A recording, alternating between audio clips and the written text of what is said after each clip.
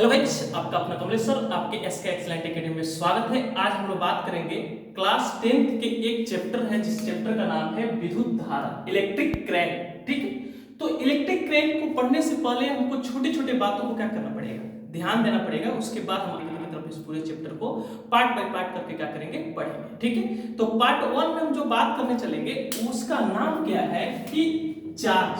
क्या बात, चार्ज, यानी हम लोग चार्ज के बारे में क्या करेंगे, बात करेंगे।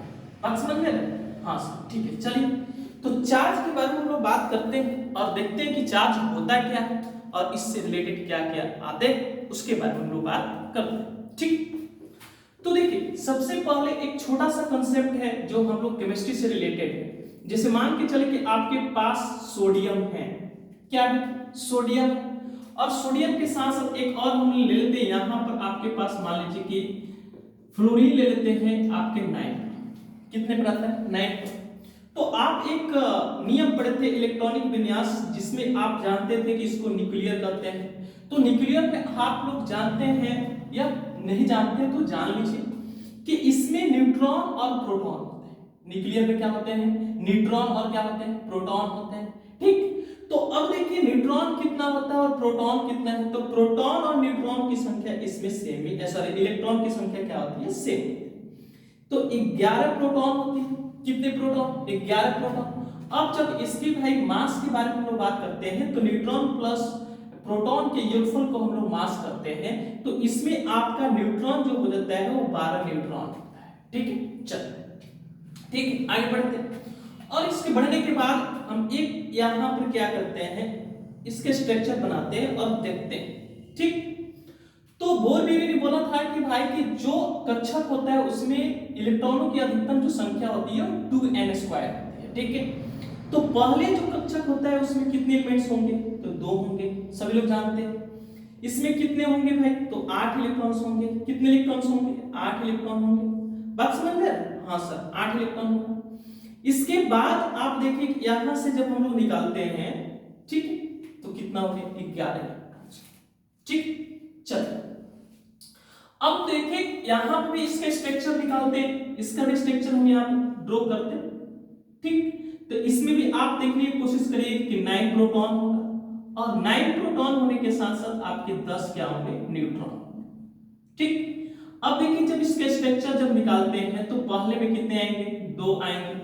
दूसरे में कितने आएंगे भाई, तो 7 आएंगे। कितने आएंगे, 7 आएंगे। ठीक, ये स्ट्रक्चर, बल्कि इससे छोटे छोटे जो 2-3 टर्म है उसको हम लोग समझते हैं, उसके बाद आगे की तरफ क्या करते हैं, बढ़ते हैं। ठीक, देखिए थोड़ा सा इसको शॉर्ट में आप जान लीजिए। ठीक, उसके बाद हम इस पर चर्चा करते हैं। देखिए सबसे पहले जो चार्ज ऑफ इलेक्ट्रॉन होता है, Ce, चार्ज ऑफ इलेक्ट्रॉन। ठीक, तो चार्ज ऑफ इलेक्ट्रॉन के बारे में बात करेगा तो -1.6 × 10 के पावर माइनस कितना होता है, 19 कूलम। Ce का मतलब चार्ज ऑफ इलेक्ट्रॉन, Ce का मतलब क्या होता है, चार्ज ऑफ इलेक्ट्रॉन। अब चार्ज ऑफ प्रोटॉन के बारे में बात करें तो 1.6 × 10 के पावर, सॉरी, प्लस में होता है 1.10 × 10 के पावर माइनस 19 कूलम। ठीक, अब हम लोग बात करते हैं चार्ज ऑफ न्यूट्रॉन। तो चार्ज ऑफ न्यूट्रॉन कितना होता है, 0 होता है, उस पर कोई चार्ज नहीं होता है। तो हमने समझा कि इलेक्ट्रॉन क्या होता है, नेगेटिव, और प्रोटॉन क्या होता है, पॉजिटिव, और न्यूट्रॉन क्या होता है, 0 होता है। ठीक है, अब छोटे छोटे और भी हम लोग बात करते हैं कि मास ऑफ अगर इलेक्ट्रॉन पूछे तो मास ऑफ इलेक्ट्रॉन आपका होता है 9.1 × 10 के पावर माइनस 31 केजी। कितना केजी बाबू, 31 केजी। ठीक है, अगर इसी को हम लोग ग्राम में लिखने की कोशिश करें तो 9.1 × 10 के पावर माइनस कितना होता है, 28 ग्राम। कितना ग्राम, 28 ग्राम। ये छोटे छोटे टॉपिक आपको क्या करना पड़ेगा, याद रखना पड़ेगा। ठीक है, इसके बाद हम लोग मास ऑफ प्रोटॉन के बारे में समझते हैं कि मास ऑफ प्रोटॉन होता है 1.67 × 10 के पावर माइनस 27 केजी होता है। इसके बाद 1.67 × 10 के पावर माइनस कितना होता है, 24 ग्राम होता है। ठीक है, अब जो मास ऑफ प्रोटॉन होता है, मास ऑफ प्रोटॉन, वही आपके मास ऑफ न्यूट्रॉन के भी बराबर होते हैं। ठीक है, समझ में आया? ठीक है, इसको तो आपको जिन्होंने याद रखना है, इसमें कुछ भी लोचा नहीं। चार्ज ऑफ इलेक्ट्रॉन 1.6 × 10⁻⁻19 ये क्या होता है, निगेटिव होता है। चार्ज ऑफ प्रोटॉन पॉजिटिव होता है, 1.6 × 10⁻19 कूलम। चार्ज ऑफ न्यूट्रॉन क्या होता है, 0 होता है। मास ऑफ इलेक्ट्रॉन 9.1 × 10 केजी पूछेगा तो केजी बताइएगा, ग्राम में पूछेगा तो ग्राम। और मास ऑफ प्रोटॉन और मास ऑफ न्यूट्रॉन दोनों का दोनों क्या होता है, सेम होता है। ठीक है, इसके कंसेप्ट को समझिए। अब हम आगे बढ़ते हैं और देखते हैं। ठीक है, ये हमको समझाना मेन मकसद था कि आप समझ जाइएगा कि न्यूट्रॉन क्या होता है और प्रोटॉन होता क्या है। तो न्यूट्रॉन हम समझे कि उस पर कोई चार्ज नहीं होता है, प्रोटॉन पर जो होता है उस पर पॉजिटिव चार्ज होता है, इलेक्ट्रॉन पर जो होता है वह आपके नेगेटिव चार्ज होता है। कौन सा चार्ज होता है, तो आपको हमेशा इस शॉर्ट में याद रखना पड़ेगा कि charge of electron negative, charge of proton positive, charge of neutron क्या होता है, शून्य। ठीक, इतना आपको याद रखना पड़ेगा। अब आगे बढ़ते हैं और देखते हैं यहाँ पर। अब देखिए कि यहाँ पर एक टर्म है कि आपके पास प्रोटॉन कितना है, 11। इलेक्ट्रॉन को काउंटिंग करेंगे तो भी कितना आएगा, 11 आएगा। ठीक है, तो आप देखिए प्रोटॉन की संख्या कितना है आपके पास, 11। इलेक्ट्रॉन की संख्या कितना है आपके पास, 11।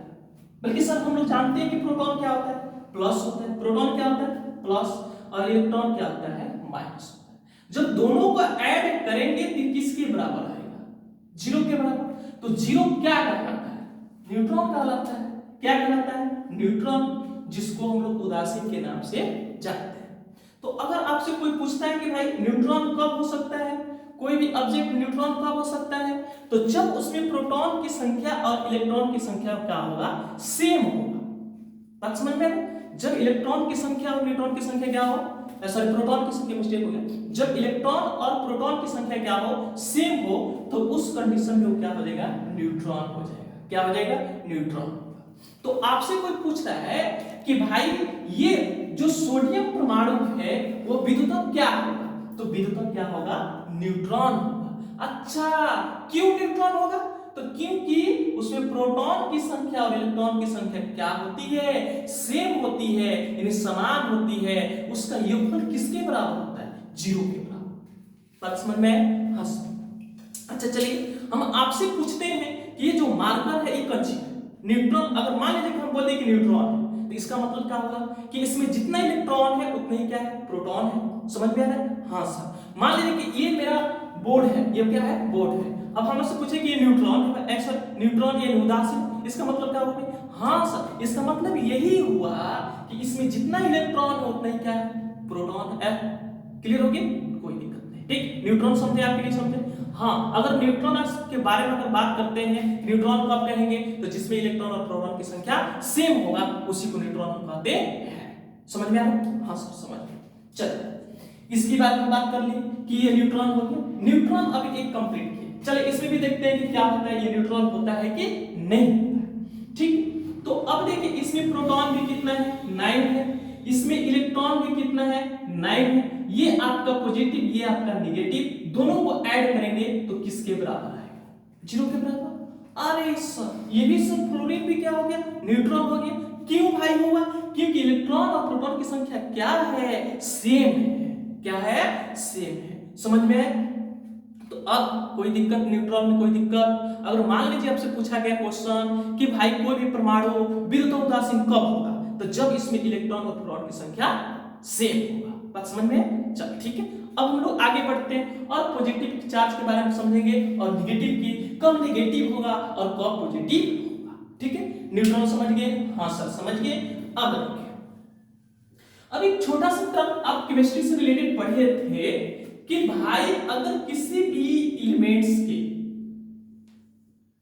ठीक, एक्सटर्नल एलिमेंट्स, EX का मतलब एक्सटर्नल एलिमेंट्स, अगर एक्सटर्नल एलिमेंट्स हो गया, अब यहां पर हम लोग वैलेंस ले लेते हैं। ठीक, तो अगर एक होगा तो एक होगा, वैलेंस कितना होगा, एक। अगर 2 होगा तो भाई कितना होगा, 2। अगर 3 होगा तो 3। अगर 4 होगा तो कितना होगा, 4। अगर 5 होगा तो कितना होगा, 3। अगर 6 होगा तो 2। अगर 7 होगा तो 1। 8 होगा तो क्या होगा, 0। ठीक, यानी कम से कम मेरा मेन मकसद इसको इसलिए लिखे कि अगर जिसके भी एक्सटर्नल एलिमेंट्स में 1 2 3 4 होती है वह आपको लूज करेगी। क्या करेगी? लूज, यानी लॉस करेगी, यानी कहने का मतलब त्यागेगी। बात समझ में? हाँ सर, समझ में आया। ठीक है, अब सोचिए कि यहां पर, यहां से लेकर यहां तक आप समझने की कोशिश करें। ये जो इलेक्ट्रॉन्स ये गेन करेंगे, ये क्या करेंगे? गेन मतलब ग्रहण करेंगे। ये जो दोनों के दोनों लूज भी कर सकता है कहीं कहीं, और उसके बाद आपको गेन भी कर सकता है। बात समझ में आया? बल्कि जिसके एक्सटर्नल में 8 एलिमेंट्स हो वो किसी से मतलब नहीं रहेगा। बात समझ में आया? हाँ सर।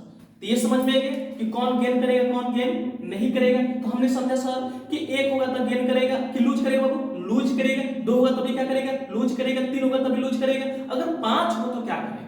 हाँ सर, गेन करेगा। क्या करेगा? अच्छा होगा तो भी क्या करेगा? गेन करेगा। 7 होगा तो भी क्या करेगा? गेन करेगा। तो अच्छा, तो इसके बारे में हमें कितने एलिमेंट्स हैं? 1 एलिमेंट्स है। तो क्या करेगा? वो लूज करेगा। क्या करेगा? इन लॉस करेगा, किसी को क्या कर देगा?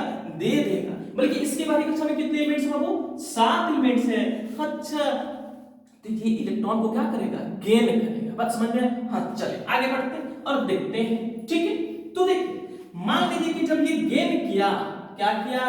गेन किया, तो अब हम लोग जाने की कोशिश करेंगे। ये तो लूज करेगा भाई, तो लूज करेगा तो इस कंडीशन पर कितना इलेक्ट्रॉन्स होंगे? 10 इलेक्ट्रॉन्स होंगे।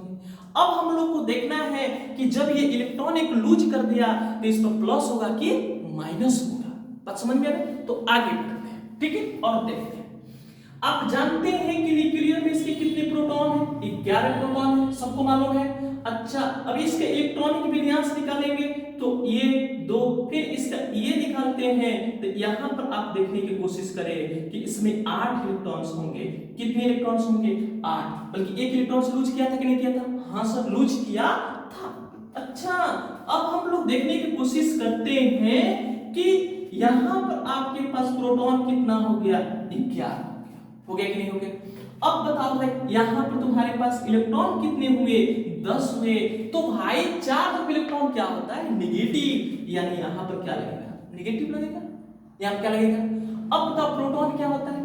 प्लस होता है। तो जब इसको ऐड करेंगे तो प्लस कितना आएगा? 1 है। इसलिए अब हमको समझ में आया कि इस पर प्लस लगेगा। क्या लगेगा? प्लस लगेगा। बात समझ में है? हाँ सर, आया समझ में? अब हम यहां से ये भी समझ गए कि पॉजिटिव चार्ज कब बनेगा? जब इलेक्ट्रॉन को लूज करेगा यानी त्यागेगा तो कौन सा चार्ज बनेगा? Positive charge. अगर हमको कोई पूछता है कि पॉजिटिव चार्ज को क्या करे, डिफाइन करे, तो सिंपल सी बात है कि पॉजिटिव चार्ज इक्वल टू आपके होंगे न्यूट्रॉन की संख्या, यानी प्रोटॉन की संख्या अधिक और इलेक्ट्रॉन की संख्या क्या होगी? कम होगी। उसी को हम लोग पॉजिटिव चार्ज कहते हैं। ठीक,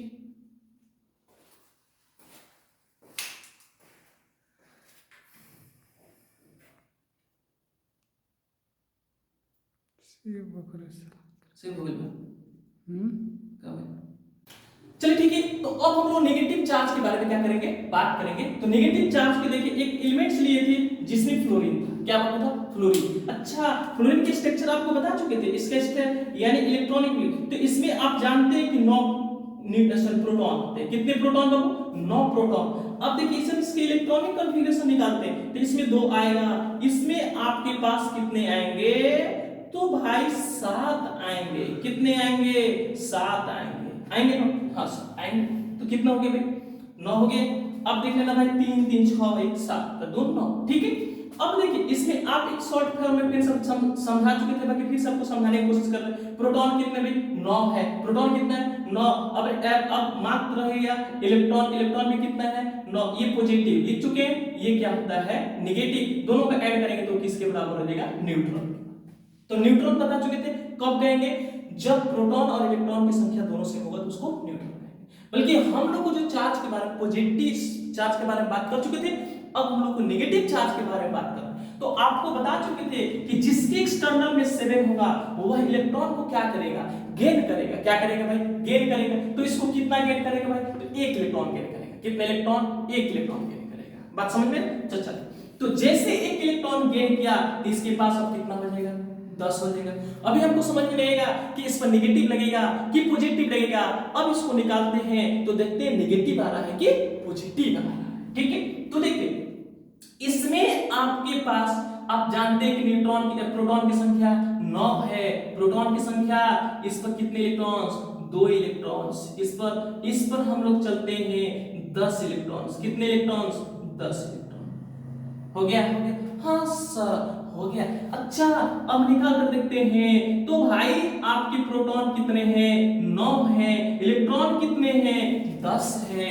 तो प्रोटॉन पर क्या होता है प्लस, इलेक्ट्रॉन पर क्या होता है माइनस, ठीक है। तो यहां से हम लोग जानने की कोशिश करेंगे, ये प्लस ये क्या होगा माइनस, तो माइनस कितना आ गया, 1 आ गया, तो यहां पर क्या आ जाएगा, -1 हो गया, सिंपल सा बात है, ठीक है। तो अब हम लोग अगर नेगेटिव चार्ज के बारे में बात करते हैं कि नेगेटिव चार्ज क्या होता है, तो नेगेटिव चार्ज आप सिंपल से याद रखिएगा कि जिसमें इलेक्ट्रॉन की संख्या अधिक और प्रोटॉन की संख्या क्या हो, कम हो, उसी को हम लोग क्या कहेंगे, नेगेटिव चार्ज। कोई दिक्कत नहीं, कोई दिक्कत नहीं, ठीक। आगे बढ़ते हैं और देखते हैं। तो अब इसको हम शॉर्ट फॉर्म में लिखने की कोशिश करते हैं कि अगर आपसे कोई पूछता है कि भाई पॉजिटिव चार्ज, कौन सा चार्ज, पॉजिटिव चार्ज, कौन सा चार्ज है वो, पॉजिटिव चार्ज क्या है, और आपके पास नेगेटिव चार्ज क्या है, तो हम लोग जानने की कोशिश करेंगे कि नेगेटिव चार्ज और पॉजिटिव चार्ज। तो भाई देखने की कोशिश करें कि नेगेटिव चार्ज जो होता है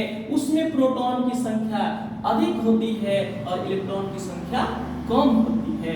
और भाई इसमें आप समझने की कोशिश करिएगा कि इसमें इलेक्ट्रॉन की संख्या अधिक और प्रोटॉन की संख्या कम होती है, इसलिए इसको नेगेटिव चार्ज कहेंगे। अब बताइए इसमें आप लिए हैं, किसी से धन लेते हैं तो देने की कोशिश करते हैं कि नहीं करते हैं, तो त्यागने की कोशिश कर रहे हैं कि नहीं, तो इसीलिए सिर्फ अगर सिंगल बात करते हैं नेगेटिव चार्ज के बारे में, किसके बारे में, नेगेटिव, तो वह रिपल्शन करता है, क्या करता है बाबू, रिपल्शन करता है। आप पॉजिटिव सिंगल के बारे में बात करें तो वह ये बहुत अच्छा एक टॉपिक है, आप किसी से पूछ के देख लीजिएगा, अगर कोई पूछ बता दे तो मेरा गारंटी है, सिर्फ आपसे पूछेगा पॉजिटिव चार्ज क्या करता है। तो ये देखिए अभी समझे आप कि भाई आप किसी को दिए हैं तो उसे लेने की कोशिश करिएगा ना, तो जा रहे कि नहीं जा रहे उसके पास, हाँ, यानी अट्रैक्टिव हो रहे कि नहीं हो रहे, हाँ सर हो रहे हैं। बल्कि अब सोचिए कि अगर आप किसी से लिए होंगे तो आपके पास आएगा तो उसको देने की कोशिश करेंगे ना, भागा भागो भागो, कहेंगे नहीं कहेंगे, हाँ। तो पॉजिटिव का मतलब अट्रैक्टिव, नेगेटिव का मतलब कौन सी होगा, रिपल्शन यानी प्रतिकर्षण। बात समझ में, तो इसीलिए ये फैक्ट और आ गया कि ये अट्रैक्टिव करेगा, क्या करेगा, अट्रैक्शन कर सकते हैं, और ये आपके बाद रिपल्शन क्या करेगा भाई, रिपल्शन करेगा, यानी रिपल्शन का मतलब विकर्षण करेगा, क्या करेगा, हाँ सर विकर्षण, और ये आपका क्या करेगा, आकर्षण करेगा। बात समझ में, हाँ सर आया, ठीक है। तो यहां तक आप लोग अच्छे से इसको बताइएगा, ठीक है। चलिए तो हम देखते हैं कि ये आपके पास क्या करेगा, अट्रैक्टिव, थोड़ा सा सुटेबल इसको लिख देते हैं, ठीक है, अट्रैक्शन, और जिसको हम लोग हिंदी में क्या कहते हैं, आकर्षण कहते हैं, क्या कहते हैं बाबू, आकर्षण कहते हैं। आई होप समझ में आया, हाँ सर आया। अगर मान लीजिए कि अब हम सिंगल चार्ज समझ गए कि पॉजिटिव था तो भाई अट्रैक्शन कर रहा था, और जो आपके पास नेगेटिव चार्ज था सिंगल, वह रिपल्शन कर रहा था, क्या कर रहा था, रिपल्शन कर रहा था। तो अगर हम लोग दो चार्ज के बारे में बात करें तो एक मान लीजिए कि यहाँ पर लड़का है और एक और लड़की है, ठीक है। अब मान लीजिए कि एक लड़की है, यहाँ पर भी एक लड़की है। आप कभी देखे हैं लड़के लड़के में अट्रैक्शन होता है, नहीं होता है, मालूम है ना, क्या लड़का लड़का में अट्रैक्शन होता है, नहीं होता है। तो इसीलिए अगर सेम चार्ज होगा यानी लाइक चार्ज होगा तो लाइक चार्ज में आपके पास क्या होगा, रिपल्शन होगा, क्या होगा, रिपल्शन होगा, यानी विकर्षण होगा या प्रतिकर्षण होगा। अच्छा, बल्कि आप देखे हैं दैनिक जीवन में देखते हैं भाई लड़की लड़का में क्या हो रहा है, अट्रैक्शन ज्यादा हो रहा है, यानी प्लस माइनस होगा तो क्या होगा, चार्ज ज्यादा यानी अट्रैक्शन होगा। तो सिंपल सी बात है कि पॉजिटिव और नेगेटिव ले लेंगे तो इसके बीच ये अनलाइक चार्ज है, कौन सा लाइक, अनलाइक चार्ज। तो अनलाइक चार्ज के बीच क्या होता है, अट्रैक्शन होता है। अच्छा सर, बहुत अच्छा, ठीक है, यानी आकर्षण होता है, क्या होता है, आकर्षण होता है। हाँ सर समझ में आया, ठीक है। तो यहीं तक इस वीडियो को रखते हैं। इनको देखने के लिए बहुत बहुत धन्यवाद, और वीडियो अच्छा लगे तो शेयर एंड कमेंट और लाइक